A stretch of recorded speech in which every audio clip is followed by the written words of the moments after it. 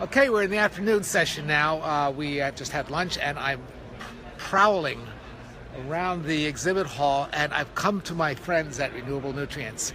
They have quick wash, and I have the head of this, the guy where the buck stops on phosphorus recovery or removal.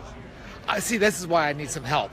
So, Jeff, can you tell us what you are, why it's different from what others are doing? Yeah, well, there's sort of been a very slow paradigm shift from removal to recovery, and our technology goes that step further to recovery. Removal sort of moves phosphorus from one column to the other, but recovery actually extracts it for reuse.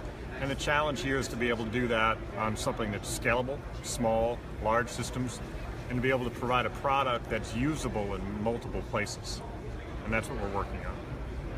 One of the things you mentioned to me before we started this was your role in agriculture. And what are you seeing on the phosphorus extraction in agriculture? Sure. Well, it's hard to not talk about agriculture when you're talking about phosphorus, right? So they have a use for it, both on an application from a crop side, but they also have a problem with it, just like municipal waste systems. Both swine, dairy farms, poultry farms have an abundance of it in their solids material, and they have to do something with it the same way. They're dealing with the same land restrictions, and they're dealing with issues that cause problems. So if we can extract it and find a reuse for it, whether it's as a feedstock back to an animal or whether it's as a fertilizer, then we're trying to provide solutions to those regulatory problems in agriculture, just like we would in the municipal world. You said feedstocks to animals? Yeah, so in some places, for example, swine, pigs tend to use about 40% or make do with about 40% of the feed that they're consuming. So 60% of what they're consuming is wasted, and one of the most expensive ingredients in feedstock is phosphorus.